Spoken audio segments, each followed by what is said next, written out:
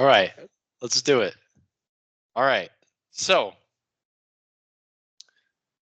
one of the things that was noticed is that when looking at what's not here right now, because that's what we were talking about last night, started entering that conversation of what's not here. And it's like in a moment, it'll be seen that there's no doubt. Okay. But then as soon as that's seen, the thought, oh, maybe there is some doubt, or oh, there is some doubt comes up. Out of curiosity, is that the evidence of the doubt? Or is the thought, oh, there is some doubt, or oh, maybe there's some doubt, the doubt itself? And then just another one to axe at, or another one to see. Perhaps when the let us say the thought seeing occurs, that it has the quality of, wow, there is no doubt right now, which is a statement of the child, then the conceptual mind will come in the sense of uh, throwing water on that first thought of, oh, yes, there is doubt, or you ain't got nothing yet, or, those kind of Yes. thoughts, oh, no, what can go wrong? Yes. All Yeah. right. So those are the kind of thoughts that we have to actually be paying attention to. Um, Basically, that's going back to uh, clearly, right in front of you, there is no problem. And yet, those thoughts that there must be a problem, there must be doubts, is that old programming. That's the parent ego state, or that's the old tapes that are coming to Absolutely. rain on the parade Yeah. because things can't be that good. Yeah. You haven't worked hard enough. You don't deserve this yet. Yeah. And those are the kind of underlying qualities of it. And that happens, I think, a lot in our culture, to where we don't praise our children enough for the things that they get right. That the things that they get right are, let us say, par for the course, just average. Let's stop paying attention to what we've got right, because you've got that right. Let's go pay attention now to what needs to be done that's not right. Yeah. So you can't dwell on what's good. You have to dwell on what's wrong in order to make improvements. So the question is then, the child, or the concept, the adult uh, concept seeking perception that comes up and says, oh, there is some doubt here, even after it's seen clearly that, oh, there's no doubt here. What is being asked here is that, oh, there is doubt here. That thought, That's it. is that the doubt itself? Yes. Meaning there is no other someday or some other moment doubt. The doubt is right there in that thought. Hmm. The doubt is this good enough? Yeah. Right. And This is not, or the worry about that this is not quite right yet. and it's the thought that Hmm. contains the doubt. It's not that the thought expresses some kind of um thing somewhere within me. uh Sorry. I had to say me. I had to. um You've that been good so far. Yeah, I know. Oh shit. I did it again. Um, You did. I did it again. So what's being asked here is the doubt that is being talked about, that is being asked about to you, is that doubt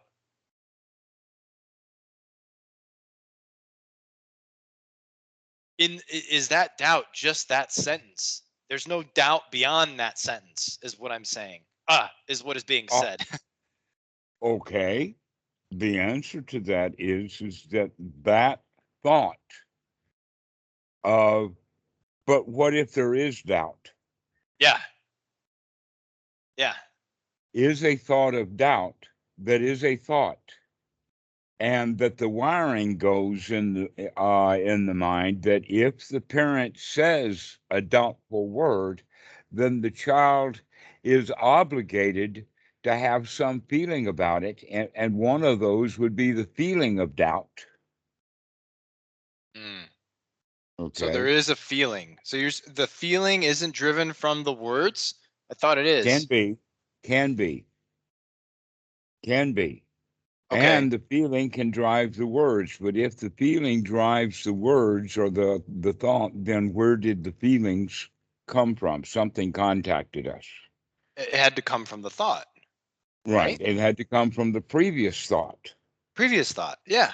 Right. Right. So thought, Yeah. Yeah. feeling. And sometimes they spiral down into Yeah. all right. Yeah. And so the sooner that we can catch, the sooner that can be caught, Yeah. Okay. then the less intense it is. And it takes, that's why fast right effort is easier effort. Imagine that, let us say in a football game, the quarterback is downfield ready for the pass. When the ball gets within his vicinity, the closer it is into his vicinity, then the more likely he's going to be able to catch the ball, and the less likely he's going to have to work very hard to catch the ball, including jumping sideways 5 feet into the air, holding his hands out, and barely is able to catch that football in a spectacular way. Okay. Lots of effort. But the point is that if he had been standing closer to where the ball was going to land or come by, Mm-hmm. Mm-hmm. then it would have not taken so much effort. Mm-hmm. In other words, if he had seen more correctly the ball in the air and its way of heading or its trajectory, its ballistics, mostly trajectory, then he would be in a position to catch it. So we can also do that in the sense of when these thoughts come, if we can catch that stuff quickly, then Mm. it's much easier to catch. I mean, actually Good. grab hold of and do something about it. Yeah. But if it's when it's thought after thought after thought, which is happens with the beginning meditator mostly, that what the skill is developing is the skill of waking up sooner and sooner, Mm-hmm. and Mm-hmm. also waking up enough. Mm-hmm. So these are the qualities of sati: is waking up sooner and waking up enough, and also once we wake up sooner, now that we awaken up, can we continue to apply that sati over and over and over again? And so that's when we begin to build the speed of it. So the frequency, the intensity, and the speed, but frequency and speed are not the same thing. Let us say, how long does it take when you're not mindful until you are? And then when you are mindful, can you continue it on for a while? Mm-hmm. Mm-hmm. So that's a way of looking at it. So when these thoughts of saying there's no doubt, and then the thought comes, oh, but there must be, then we can say, uh-huh, I see that thought, and I can go back and reestablish that in fact there is no doubt. And then take a sigh of relief. Really give the child credit for, wow, there's no problem. There's no doubts. Yeah, how There's that plays out in the mind over here is that when when the uh when the object is seen clearly of worrying that there's some kind of doubt, what will the imagery that will happen is the jet stream, and bring it in for a hug, and then there will be a thought, a spoken word of, oh, that's okay. Don't need to worry right now. Just come be over Mm-hmm. here. Come be in this joy. I'm inviting Yeah. you to come enjoy this joy over here with me. So basically, you're setting a new set of standards, Yeah.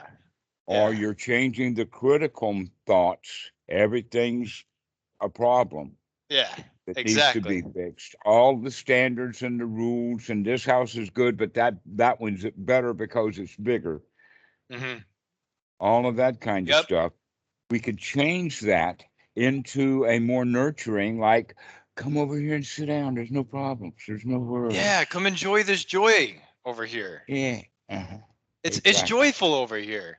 And I oh I think what is being noticed here is that the joy is becoming more prevalent.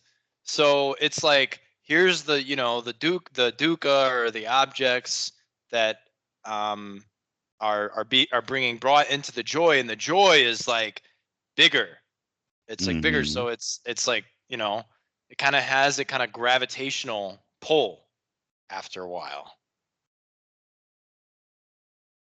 Yes, precisely.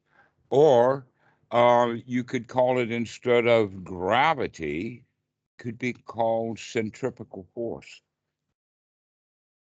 which Centripetal is force. centripetal force. In other Mm, words, once you get things rolling, there is a force that keeps them going, mm, and it keeps them circling around some object, and that pull between the centripetal force and the gravity then is the balance that keeps things in motion. mm. Now let's put that back into psychological terms, and that is that um, we have now replaced our intention, or our let us say expectation, or our attitude, as a new stance that all of this joy then can circle around, because that's what we're building. We're changing the mind from um, a loser, a victim, a charlatan, one that has to play dirty in order to survive. All of this kind of stuff that happens within the mind is due to the attitude of, I was born as a little child, I was completely dependent upon my environment, and it seems that way still.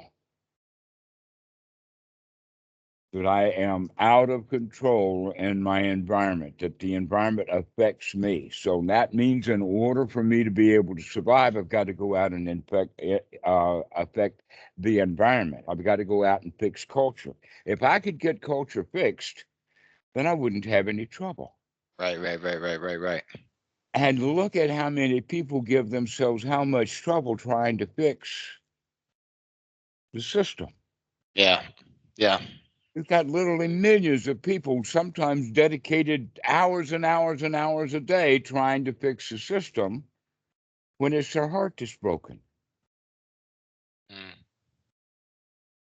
So when we recognize that it's not the system that's broken, that the reason that the system is broken is because it was built by a bunch of broken hearts. And there's no changing it with a broken heart. Got to go fix the heart. We got to change that attitude of that.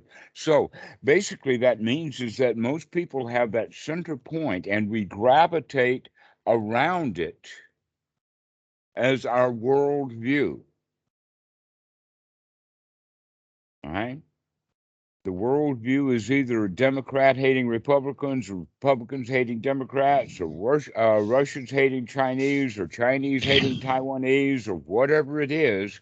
We've got a worldview. And when we change that worldview, we change it to a worldview of everything's all right, there's no problems, we can handle anything. There's no worries here. Okay, so that's a different world view kind of thing, a different orbit to circle around. Okay, another question. All Thank you. right. So,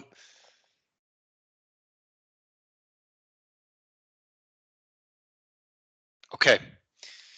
So, noticing that whenever there's not full attention on sustaining the wholesome and attention is dispersed elsewhere, like a meeting, a work meeting, cooking, Mm-hmm. hanging out with Abby, etc., there's either a diminishment of the wholesome or perhaps there is a lack of attention on it, and it becomes this phenomenon where it will be noticed that I was out of it, and then after noticing it'll be like, oh, was out of it, we'll go back into it now. it's Okay. like it's I like understand. not ever wanting to do anything else because the least amount of doing allows the wholesome to be sustained more fully and enjoyably. This is something Precisely. that has been noticed. Yeah, especially Okay. today. All right. Just curious if you Have had you? anything to say about that. Oh, a lot. Have you ever heard the Bible verse of whatever thy hands findeth to do, do it with all thy mind, all thy strength, and all thy heart. Okay, which means put some skin in the game of what we're doing. Most people do whatever activity they're doing while their brain is scatterbrain, or actually now all circling something else, like I can't handle this, or I don't know what's going on, or I've got to prove how good I am, and all of that kind of stuff in these meetings. Okay. But there's another way of looking at it. If you are, in fact, what your hands have found to do is, let us say, this meeting, then that means that we're going to put all of our attention into what's happening right now. And what's happening right now is a dialogue, and people are talking. And so instead of thinking about what I'm going to say next, I'm actually listening to what the people are saying. That's the reality of the moment, is really go into what's happening in this present moment by being in your senses, basically not trying to make sense out of it in a way of, oh, if I can really get a handle on what they are saying, then I will know what kind of response to have to it. And off we go into a new cycle, not paying attention to the reality of what's going on. We're in our head. This actually happens with people reading a book or Right? reading an article on the internet, is that they start reading it because it's interesting, and about gosh, sometimes even a paragraph in, somebody will make a statement in the book and get the reader's attention, and he'll still off and go on that while his eyes are still going down the page, but his mind is over here. And when he gets down to the bottom of the page, or maybe at the end of the paragraph, he says, wait a minute, I'm not paying attention to it. And we can go back to the book. Guess what? That's much more difficult to do in a meeting, especially if somebody keeps asking people to repeat over and over and over again what they just said. So it's better to learn to pay attention to what people are saying. Gotcha. So that's it. When you're with uh, girlfriend, be with girlfriend. Pay close attention. She loves that when you're really paying attention to her rather than all on your own.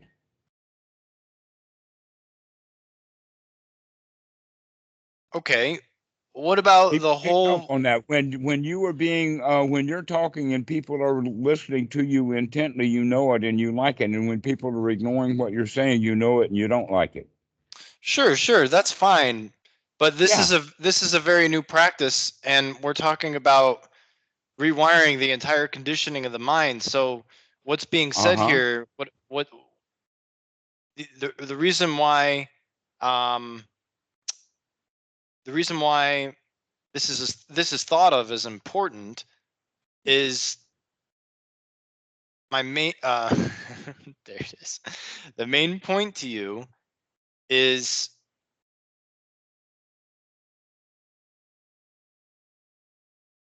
that whenever there's not full attention on sustaining the wholesome and attention is dispersed elsewhere, that whole experience of things being wholesome, of this of the house of cards, Uh-huh. that being developed, this Precisely. piti, the sukha, how is it that one is to just do what they're doing while also developing this skill still? All right. Here's the issue. You use the word dispersed, which is also scattered, which actually does happen. People live a life of scatterbrain. They go off into meditation and they get some solidity. They begin to get a beat going. They begin to get a rhythm going. They begin to get into a different kind of circle rather than being scattered all over the place. And then they go back into society again, or they go back into a business meeting, or they go back to the girlfriend, and they get dispersed or scattered again. Never mind, know that. Then we come back and we practice again and get the mind back centered and in a rhythm, get some poetry going, get some joy. At this time, when we go back with the intention of, I'm not going to get scatterbrained in this, but I'm now going to take this attention that I've been focusing with on the mind to keep the mind from being scattered. I'm now going to put that on this object, which is now the girlfriend or the meeting, and I'm going to pay attention to this meeting and not get scattered. I'm not going to have random thoughts about this, that, and the other thing. I'm going to stay focused on the person that we're looking at. Okay, totally understand that, and that sounds great. And there's even been an It's actual it's it's experience of it that it's over it's here. called it's called metta.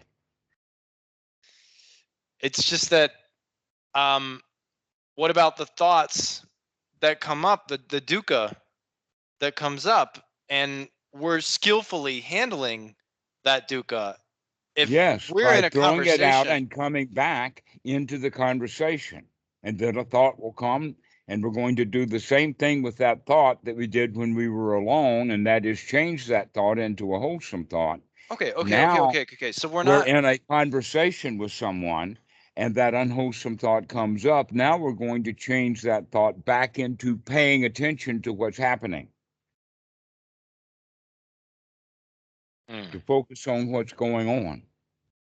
Okay, so when dukkha comes up, instead of replacing that with a wholesome thought, we're replacing that with I'm just replacing that with just being here now, This being is it, here with right? the other Being with person what's or going on. the Exactly. movie or whatever.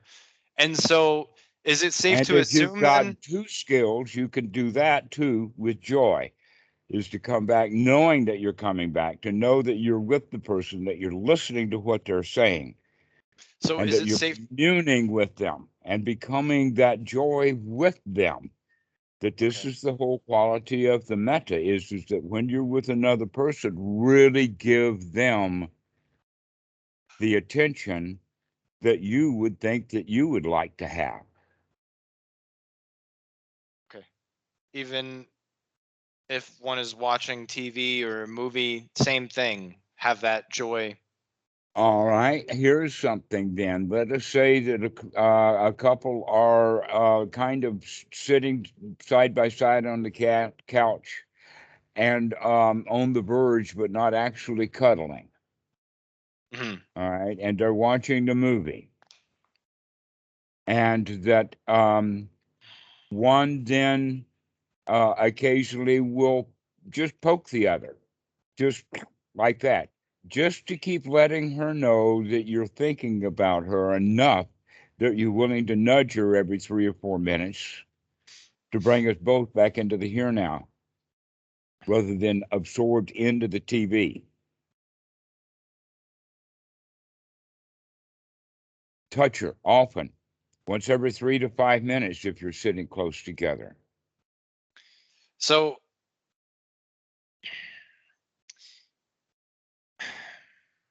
just want it to be known to you that the fundamental concern here is sustaining the Piti-sukkha while being engaged in these other activities, but not practicing the skills that brought me into the Piti-sukkha while I'm engaged with them. There's a concern about that. Yes, okay. The concern then can be seen as now there is a new skill to be developed. And that new skill is the good old English language to pay attention. Because if you are paying attention, then your mind is not scattered. It is not having any unwholesome thoughts in it. You're paying attention to what's going on, except that occasionally you do have thoughts. And now the new thoughts that are going to be happening, or the wholesome thoughts, would be, I am paying attention. Look closely.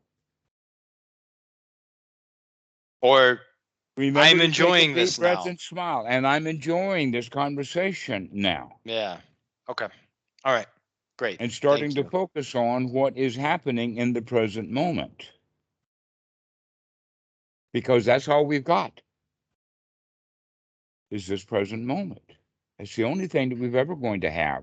And yet we continually want to live in the past or the future. So if you're having a conversation or in a meeting, have your thoughts about this conversation or this meeting or what's happening right now. If you're sitting with your girlfriend, remember that you're sitting with the girlfriend. Remind her that you're sitting with her so she'll remember that you're sitting with you. It's just, I'm going to say,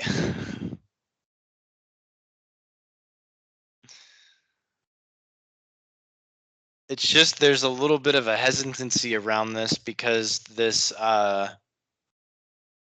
new practice is still very immature. It's very premature. I It's very know, new. I know, I And know, I and know. I've and been and watching you. You've been busting out of that egg really in a hurry. and don't want to compromise it. Don't want to ruin it, you know? Don't want to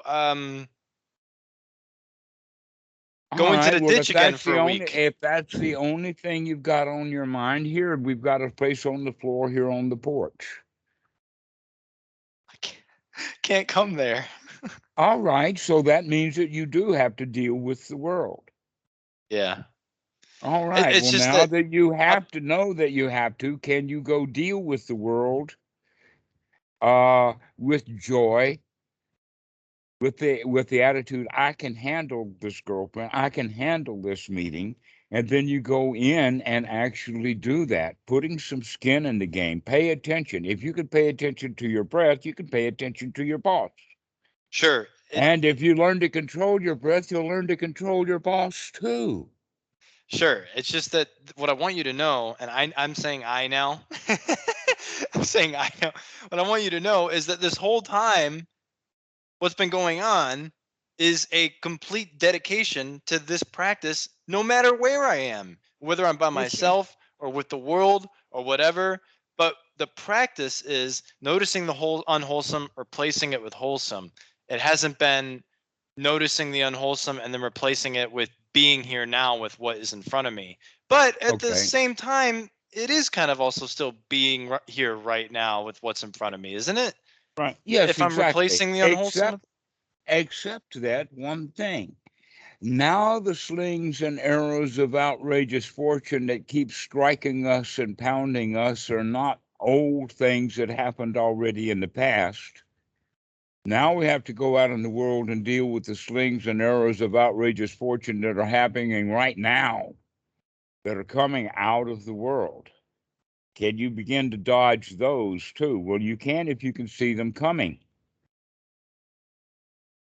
So just like the analogy of dealing with it in the mind, when it comes up in the mind, that's the new skill that we practice in seclusion. But we now have to take that skill back into the world. Can we take that skill back into the world instead of jumping back into the toilet of the world and live the way that we used to live? Now we can use those skills to develop new skills of being present so that we can play a really good game of dodgeball in reality. Why do you think that there's a readiness over here to do that? Because you don't have a choice for that. You've already turned down my offer to come sit on the porch. Yeah, no, but when we first started talking, you didn't tell me this. I'm saying is, why now? Why now what? Why now tell me this? Because you are asking the question about how do I handle the world? Not really. Well, you're saying you mentioned meetings, you mentioned girlfriend. Yeah, but that's not the at the heart of my question. At the heart of my question is, how can I maintain all this great practice I'm doing while being in the world? While The answer to that is by paying close attention to the world happily. Okay. All What's right. happening in this present moment in your world, which could be a meeting, it could be a girlfriend, it could be a boss chewing you out. Okay. All right. All right. Whatever Cool. it is, be there with it joyfully. Because if you can, in fact, get over all of the slings and arrows that wounded you in the past, you can get over this one too immediately by just stepping out of the way. Don't get hit by that arrow. Okay. Okay. Which All right. means to pay attention to what's going on right now. But in fact, if you are paying close attention to what's going on, the likelihood of arrows and slings being thrown are less likely. Understood. Understood. Okay. Another question. All right. Um, This is, by the way, one that we'll have to visit over and over again. This is the one of the most important questions of the practice. great. Okay. Is how do I get away from it all? Next question is, how do I really get away from it all in the mind? And then the next question is, how can I stay away from it all when I have to go back and deal with it all? Yeah. Okay, All great. right. Um, thank And you. over, we'll Yeah. work on that. How you Yeah. have to learn how to deal with the here now by being here now with it, Yeah. whatever the here now presents to you. Yeah. Okay. Um, okay. Um, also notice that the joy, uh, this is, I kind of, I don't want to spend too long on this, but I'm just curious what, what you have to say about it, to help with this. So okay, taking the I, my, and mine and me out of the language again now. So also notice that the joy that's sparked is greater when seeing the dukkha and axe flying back and forth into the hand or jet stream or whatever that imagery is, compared to the wholesome thought that comes after, like the great, congratulations. So the Mm-hmm. concern here is when the axe or jet stream loses its effect or becomes empty, there is fear expressed as the thought, what will be my source of joy to spark that sati piti now when it's no longer what was being used before? The answer to that is that that's an unwholesome thought. No, that's known. That's understood. That's a wholesome thought. Just No, saying, it's an unwholesome thought. I know. So, What? it's known. It's known. It's an Yeah. unwholesome thought. Yes. Okay. So when that thought comes up, you can say, "Aha, I see you too," So and take the joy that's from the fact normally that you can see. that's normally what is done. Okay. All All right. right. All right. Um. This is not that nuanced. This is actually back to basics, is No. to recognize unwholesome thoughts as unwholesome, rather than giving them the power that you've always given them, because this is the parent ego state saying, oh no, what if? This is the what if or what aboutism. It's what's being talked about specifically here is that joy, that enjoyment that comes from the imagery, that enjoyment that comes from seeing the unwholesome. If that enjoyment runs out of juice, or it becomes that emptiness. Wait a minute, wait a minute. It runs out. Where did it come from in the first place? Came from within. Well, be more specific. It came from an insistence of cultivating joy, enjoyment. And what is the cultivation then? Literally, you talked yourself into feeling good, and now you're talking yourself into feeling out of it again by saying, well, what if the technique that I'm using is not going to bring the joy? That's the statement. The what if no, practice it's doesn't not bring the joy. No, it's not that. What if that doesn't bring the joy? It's what if it's not enjoyable? It's what if the practice becomes unenjoyable? All right. Can you see that as an unwholesome thought? Yes.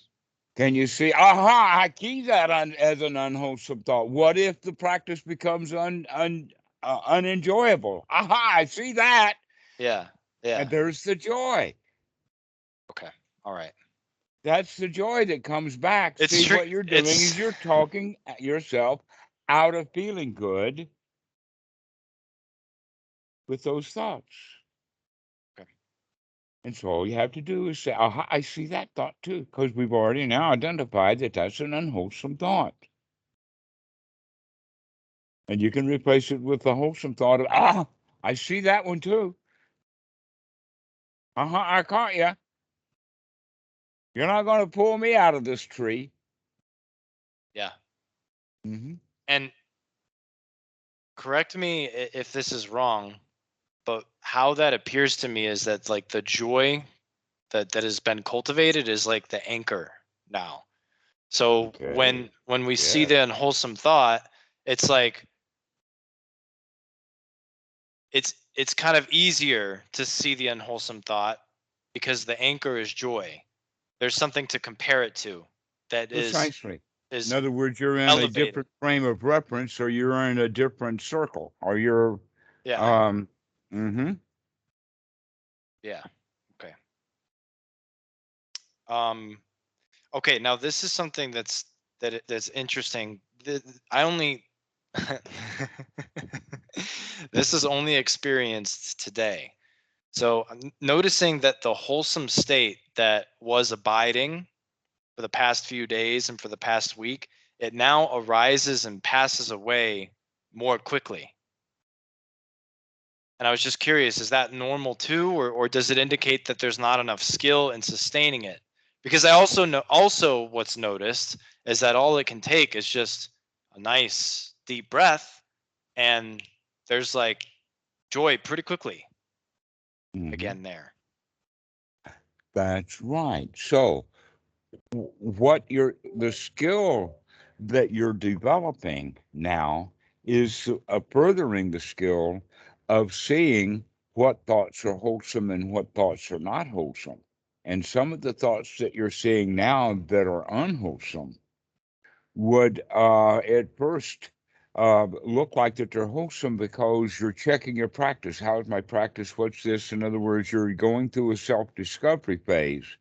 But later, after you've gotten yourself into that state, if you continue to have those thoughts, now they become a hindrance to you.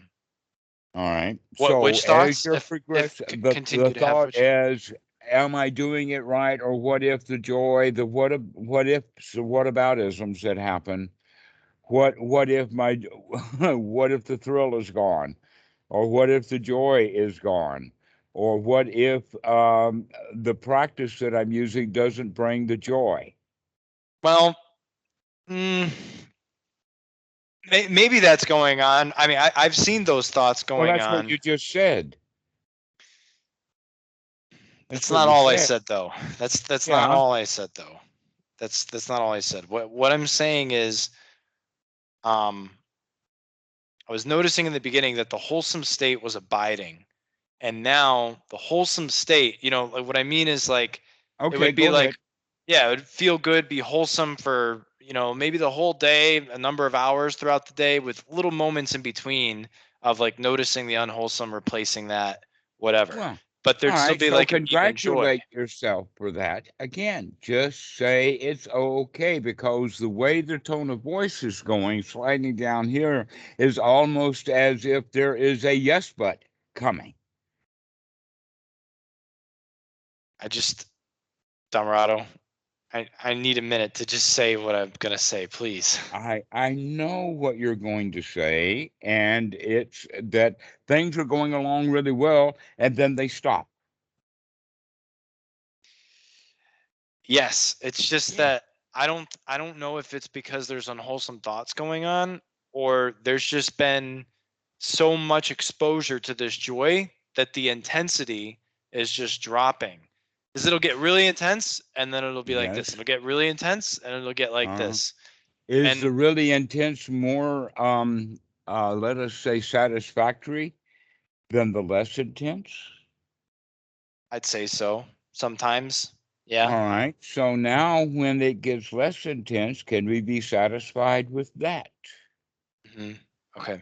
Because we talked about that, the piti melts into sukha, which melts into upekkha. Okay. And one is just as satisfying as the next. If you allow it to be, it's up to you to develop this satisfaction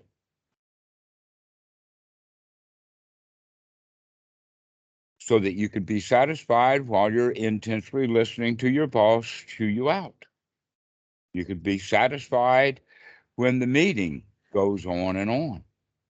You can be satisfied when that obnoxious kid down the corridor there puts his charts up and tries to explain to the audience what he's doing. Any of that kind of stuff, you can still be satisfied. In the case of the meetings, we also have the obligation to pay attention to what the meeting is doing.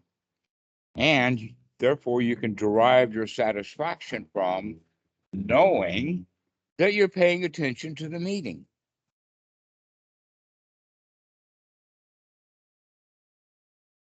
Okay. This is the satisfaction. And so when those thoughts come of what if this, that, and the other happens, and then I don't feel satisfied, the answer to that is, hey, I could feel satisfied anyway. I can feel safe. I can feel secure.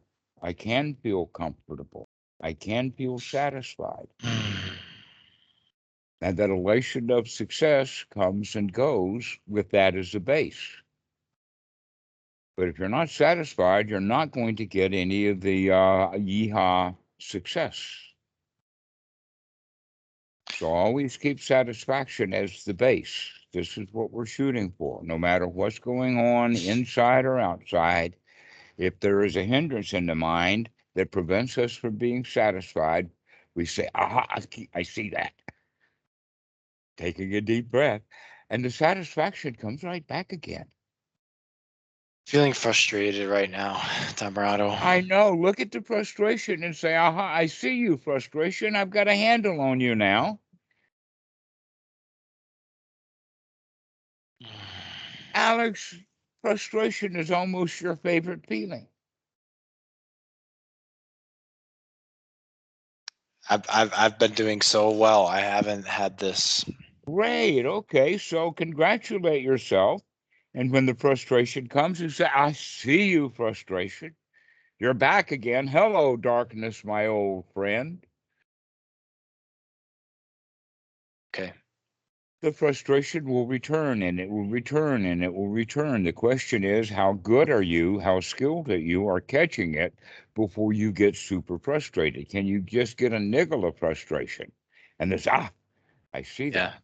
Yeah. And take a deep breath and let that frustration pass. or you could get stuck in that orbit of frustration.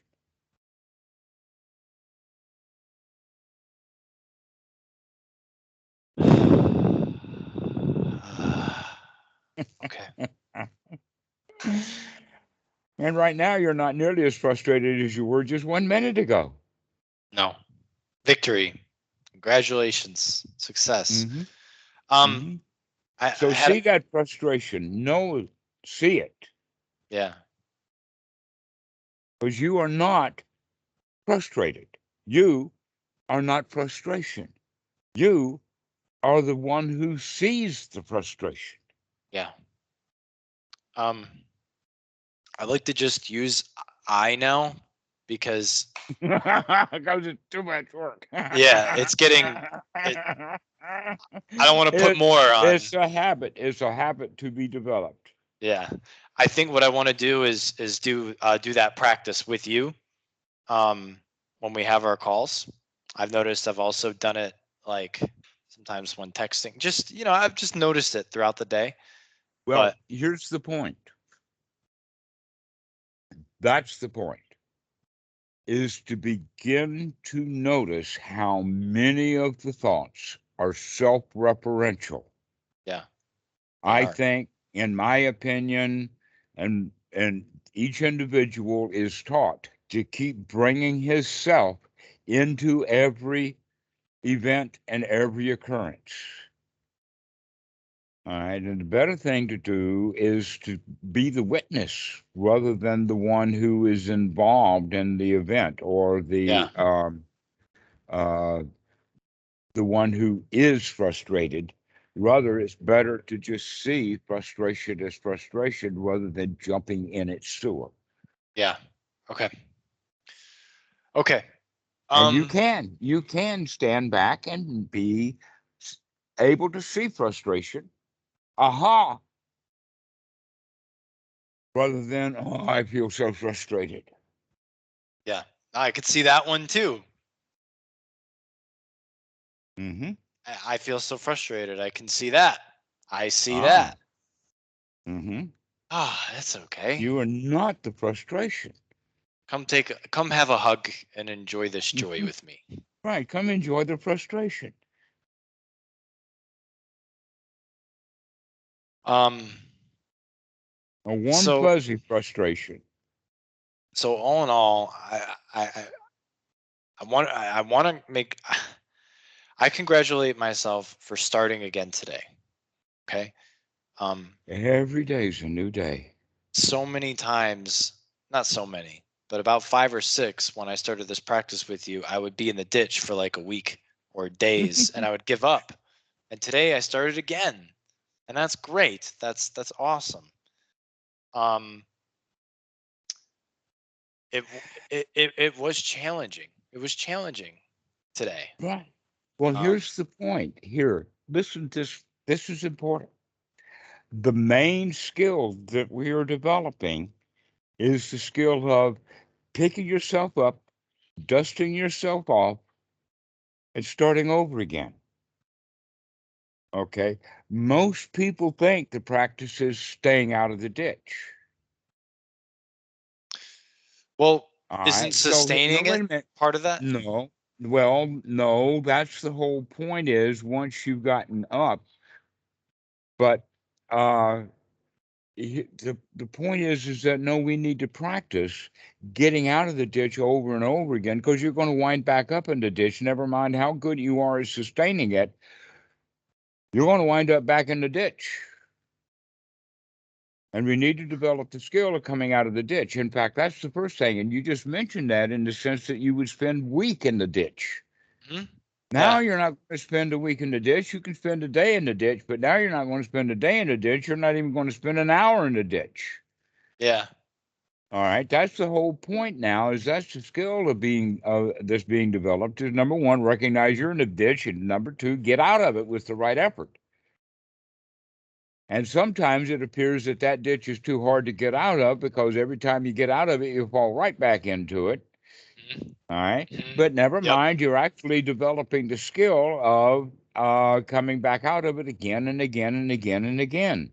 That's the skill to being developed, is the skill of getting up, picking yourself up and dusting yourself off. Now, here's the way of looking at it, is that as we begin to get skilled at picking ourselves and dusting ourselves off, then we begin to get quick at not staying in the ditch very long.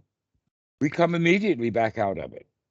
Then we develop the skill of, as we're going into the ditch, we begin to develop the skill of coming back out of it. It's almost like, have you ever tripped and not actually fallen down? Yeah, quite Yeah, often. I that catch just my happened balance. Yeah, that's the whole point with the now, is that frustration. now the new skill is that you're just going to get tripped and stumble, but you're not going to fall flat on your face again and stay in the ditch for a week. I'm pretty confident I've already cultivated that. Yeah. That's exactly what we're working on then, is the ability to slip and to not fall. Yeah, and see the slipping and the potential falling before it happens, too. As it happens, at least. As it happens, or even before it happens. Well, when you do it before it happens, now that's called wisdom. That's happening too. Exactly. Is we begin to see the trajectory of things. We begin to say, oh, if I don't look at that route and avoid it, I'll trip over it. And if I trip, I might fall. And if I might fall, I might hurt myself and lay in the mud for a week. Now that's interesting you said that, because the other insight I thought I had today is that the dukkha itself, when I see something as dukkha, like I see you and acknowledge that as dukkha, that in and of itself is in some sense dukkha too. Because if I could just enjoy this moment and just cultivate this joy in the here now, and enjoy this and enjoy that, and congratulate myself and say that's a success, and all of that, and have all these wholesome thoughts, why I need to look at dukkha? If I have all this wholesome stuff going on, why do I need to look at dukkha? So eventually it sounds like it kind of gets to a point where you can just, oh, I don't need to know exactly what thought that was, but I know that was dukkha. I'm just gonna stay over here in the joy. That's exactly correct. Okay, so even now, see, before we wanted to make sure that it's dukkha before we had to get rid of it because it's my thought. But now you're cultivating it to the point that I'm not even going to have to look at it that closely. I'm just going to Okay. throw this thing out and get something better. Good. Good. So that is okay then, right? You don't need to Well, know that's the exactly what process. color it is, what kind of clothes it's wearing, and That's the what it likes to Mahasi eat for method. breakfast. That's the Mahasi method. Okay. And in a way, that's also psychology. Yeah. And we're not practicing psychology and we're not practicing that kind of Mahasi method. We're practicing it just enough to know what is wholesome and unwholesome. And that's all we Good. need to know. Good. How it's dressed and Okay. what color it is and how it's related to the other dukkhas and all of that kind of stuff. No, this thought is dukkha. Good. Out it Okay. goes. So going upstream, I had an experience today where I noticed this this this process happening. And as an experiment, instead of focusing on whatever that unwholesome thought was, instead of even taking the time to do the imagery that I'm doing, right, and replacing Mm-hmm. it with wholesome, all I did, as I said, oh, I saw it, congratulations, and I took a breath. And then I started more and more and more to focus on and enjoy each moment of the breath. Mm-hmm. Long inhale, long exhale while I was working. I wasn't closing my eyes. I was working, going on the computer, like um looking up people to call, and I was able to notice each moment of the breath and really enjoy it as it was happening. And then whenever the unwholesome would show up again, it would be the same thing. Oh, saw it. Whoop, I'm back. Whoop, saw it. Whoop, I'm back. Over and over and over again, until what I started noticing is I could just be looking at my screen, and then it would be like unwholesome. Oh, I saw it. Okay, I'm back. Oh, I saw it. Okay, I'm back. And it was just like that over and over and over again Yes. until the breath started taking a very, very long time. The longest inhale and longest exhale I've ever experienced. And then something even weirder happened. The breath, the breath started going. I started observing the breath going beyond the point at which I thought I was going to start exhaling. So I thought, okay, I'm going to exhale now. I'm going to start the long exhale, and it would go beyond that point. And I was like, Okay. I couldn't control it anymore. And I started to gag and yawn a lot. And I was like gagging on the yawn. And I was just curious if you knew anything about this, or if this makes sense to you. Yes, it does, because the yawning has to do with tiredness. Now, that tiredness can happen. In fact, a lot of yawns happen because people are not breathing well. Like in the meetings are a place where people yawn. And not only that, but you probably heard that yawns are contagious. Basically, what you could say is they're not actually contagious, but when one yawns, it gives another permission to yawn. Now, also, that means that yawning is associated then with taking a deep breath. So it would be natural to have it triggered in reverse so that if you're taking deep breaths, the yawn reaction is there. But in fact, I imagine that you're actually fighting having a yawn right now because we're talking about yawning.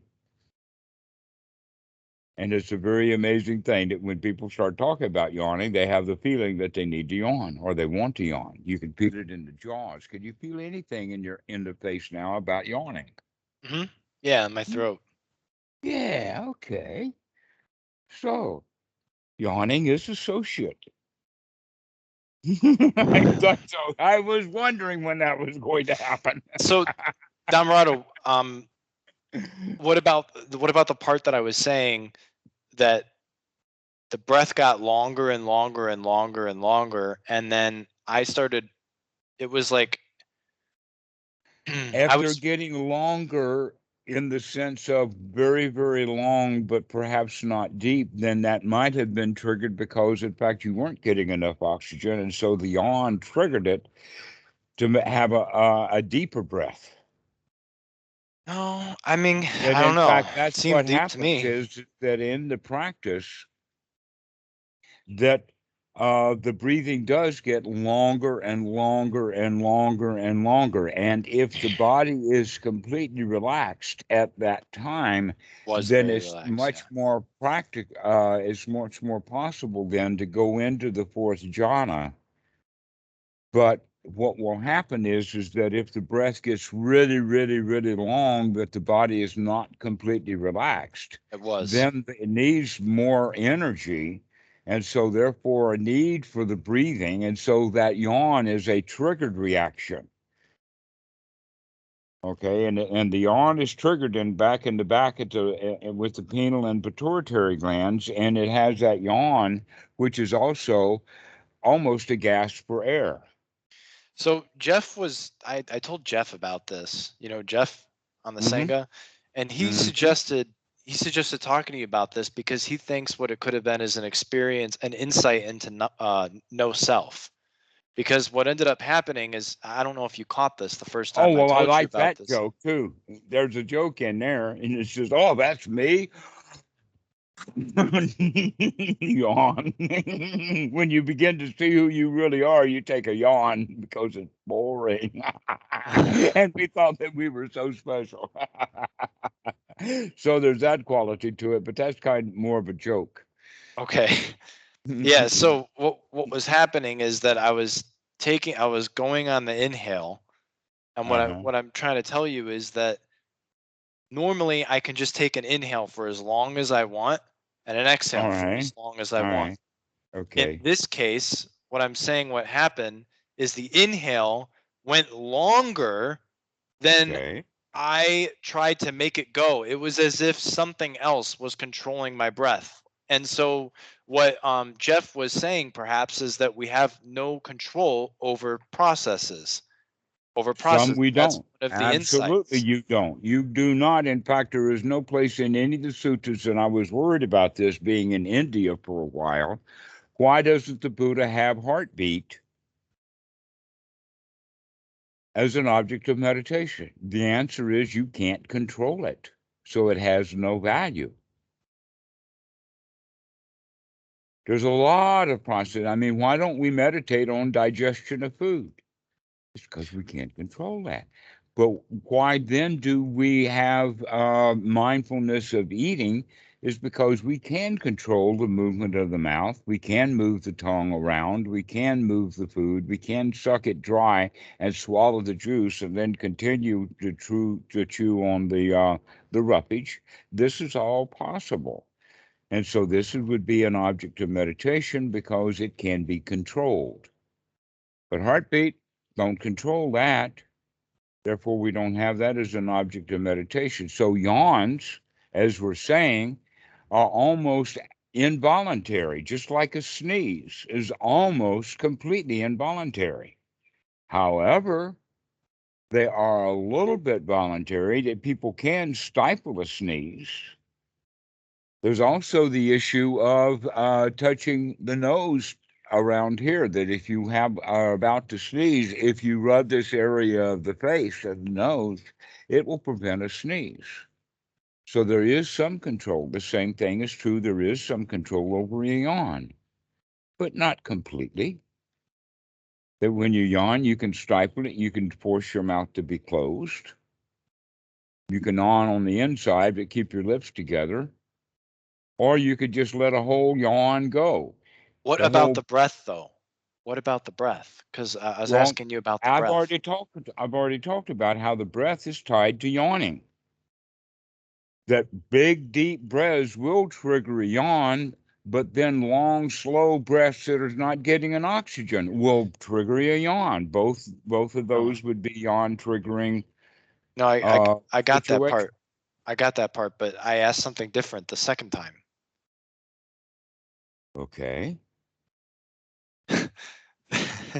The second time I asked you, I said, what happened? What is happening when the breath, the inhale, goes beyond the point?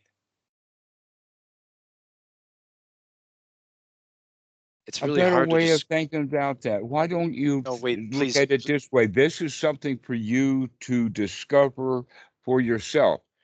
That in fact, I think that we're getting a little bit too much in the weeds with exactly how to practice and exactly what's going on, which is your style of being perfect. A lot of this has to be looked at from the perspective of an adventure, of discovery, rather than having it all put down on the map before you go into the territory. Yeah, okay. I just. Okay, the map's not the territory, and so there's a lot of it that we can't talk through. I just feel But like it's we something to be really haven't seen.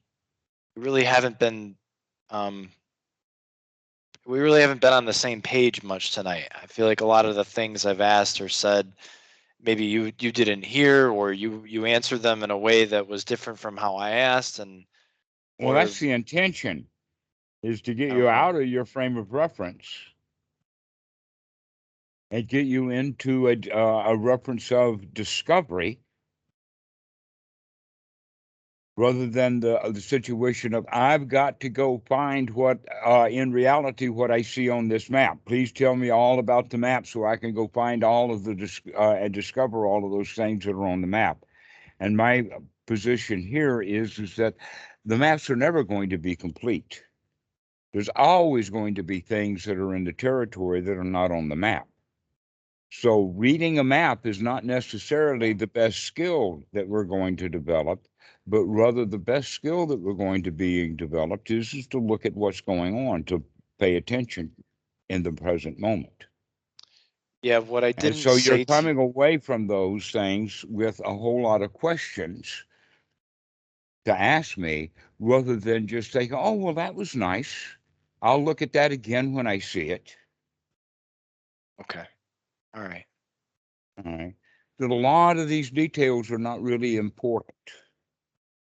What's Okay. important is, can you see unwholesome thoughts? as unwholesome, and then change them to wholesome. That's the big one Okay. for everybody, not just you, but for everybody. Yeah. And whether a thought is wholesome or not is for you to discover for yourself. Yeah. Okay. All right. I'm gonna And go it's okay that relax. it's okay we're not on the same page tonight. That's all right. We can handle that. That's all right. Nothing wrong with that. I'm quite satisfied. Okay. Good. Me too. Excellent. All right. Well, I'll go talk to Keyshawn for a while, and we'll catch you later. All We right. still Thanks, have Dhammarato. Piti-sukkha. We still have Piti-sukkha. So continue with the exercise of knowing how your language continuously brings self into it. Self-referential language that we use. Yeah. So continue playing with that, Okay. making it a game. And when you like when you said, well, I don't want to play the game right now, recognize that too, because you don't have to be perfect at it. It's okay that you use the word I. Yeah. But in fact, when you do it, one of the things that you can do then is that you can make it really, really big and juicy, like you heard me do. All right. So that's exactly how to practice it. Instead of saying I and then letting it slip, what you can do is bring it big. I see this I, and then you continue with the sentence. Okay. Cool. Bring it up and make it a toy when you see it. All right. I will Rather do that. than excellent, excellent. Have fun. This is a new toy to play with, this human mind. Okay. Enjoy it. And here we thought that the duty of that mind was to go figure out the world. The real duty of the mind is to figure out the mind. And then we can deal with the world easy. The world is easy peasy when you've got the mind straightened out. Yeah. Okay. All right. Thank you, Dhammarato. See those hindrances. Watch closely. Aha, I see that thought of doubt. Aha! I see What him. if what if the joy is gone? Ah, I see that thought too. Okay. All righty. All right. Thank you. Until again. Uh-huh. Okay. Bye.